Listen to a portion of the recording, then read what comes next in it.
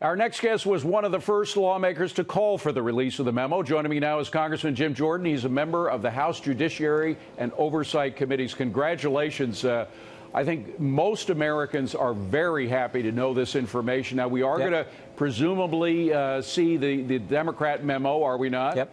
Yeah, at some point that'll come out too. Okay. Which I'm all in favor of. If that happens, and undoubtedly the Democratic memo is going to suggest that some of what you say or some of what the Republican memo says is wrong, that is that perhaps the Trump dossier was not as instrumental in getting those FISA warrants, don't we deserve to see the actual applications for the FISA warrants? David, I asked Director Wray this back in December. Show us what was used to take to the court. Show us what you put together to actually make that application to the court. Let's see that. They can bring that to the Judiciary Committee, which I'm a member of. We can see it in a closed setting, but I'm for making that public so the American people can see what took place here. Never forget what we learned today. They took a salacious and unverified document, this dossier, salacious and unverified. That's what James Comey called it. Right. They took it to a secret court to get a secret warrant to spy on a fellow citizen. And when they went to that court, they didn't tell him important information like who paid for the document. They didn't tell him that. Not once, not twice, not even 3 times. 4 times they went to the court and didn't disclose who was financing this document. And they did it in the context of a presidential campaign. That is not supposed to work that way. And let's remember who they are. They were people who were virulently anti-Trump. We know that from at least the Strzok memos or texts with Lisa Page that they were going to do anything to keep Donald Trump out of the White House, even having some kind of insurance policy.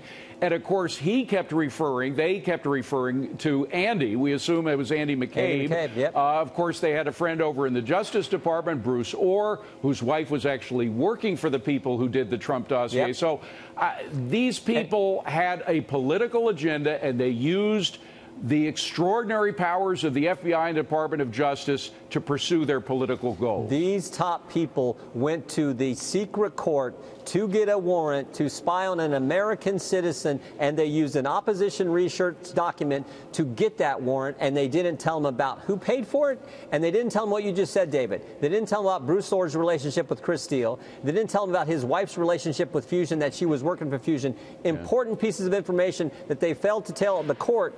4 different times they didn't disclose that information. So, Congressman, what's wrong. Where do we go from here? The Justice Department cannot investigate itself. That is clear, at least not now, until Jeff Sessions, if he's successful in cleaning it up.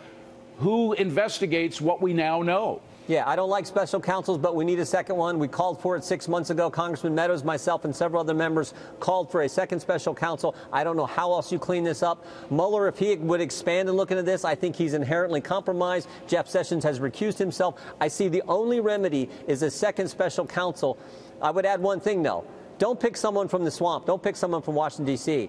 Pick someone from some retired federal judge from Iowa or Oklahoma or somewhere. Pick someone, so some good prosecutors that come in that when they complete their investigation, the American people can say, okay, there's a conclusion that we understand and help restore confidence in this great this agency. A lot of people are saying to restore confidence, a couple of other people have to go. In particular, one of the people who signed at least one of the FISA warrants, and that's Rod Rosenstein. What do you say on that?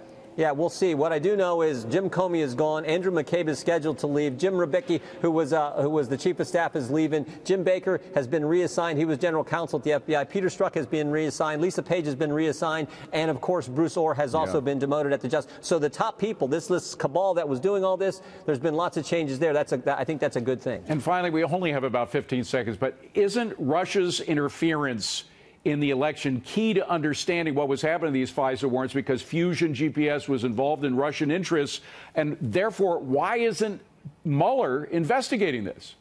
He may be. We don't know. We hear a lot about him looking at obstruction. What we do know is, to date, not one bit of evidence of coordination between the Trump campaign and Russians to influence the election. But we know the Clinton campaign certainly tried to influence it. But Mueller is not interested in whether FISA warrants were obtained under false pretenses. I don't know. I don't know what he's focused on. I know what he's supposed to be focused on, and we don't have any evidence of that right now. Congressman Jim Jordan, congratulations, and keep up the good work. We thank you for coming here. You bet, David. Thank you.